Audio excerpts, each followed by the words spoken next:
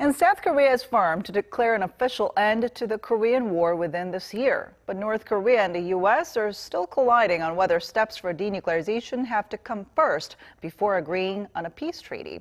Our Oh Jung-hee has more on how the parties can work towards ending the war and whether that could help speed up Pyongyang's denuclearization. The Korean War ended with an armistice agreement in 1953, and since then, Korea remains the only divided nation in the world. The people of the two Koreas live facing each other over a heavily militarized border. It's not a complete peace on the Korean Peninsula, but a temporary ceasefire continuing for over 6 decades.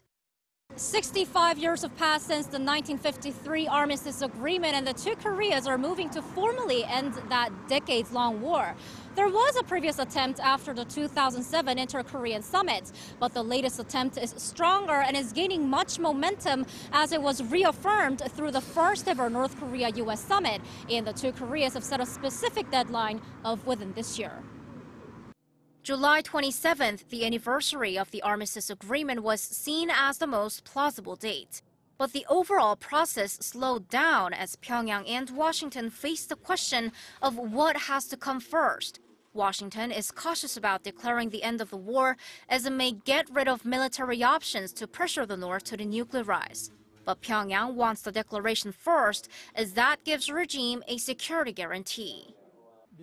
The U.S. is concerned that North Korea may demand the withdrawal of U.S. forces from South Korea, but North Korea won't ever accept a deal where it has to abandon all of its nukes first. Seoul should call on North Korea to come up with a detailed denuclearization schedule while speaking to the U.S. about how they'll reward the regime throughout the process.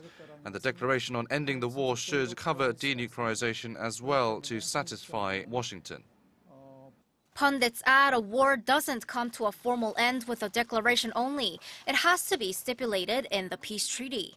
The declaration itself does not have a legal binding power, but gives an assurance that the related parties will cooperate, which could accelerate North Korea's denuclearization.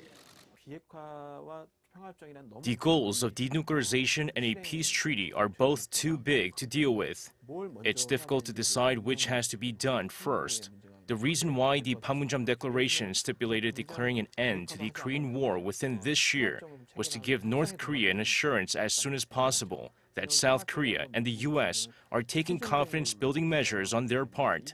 North Korea needs a reason to denuclearize, and declaring an end to the war provides that reason. Watchers point out that the two Koreas could first end an unusual decades-long armistice and then settle on technical issues through a peace treaty afterwards. The foreign ministers of the two Koreas, the U.S. and possibly China, could discuss the matter when they attend the ASEAN Regional Forum in Singapore next week. Oh Jung-hee, Arirang News.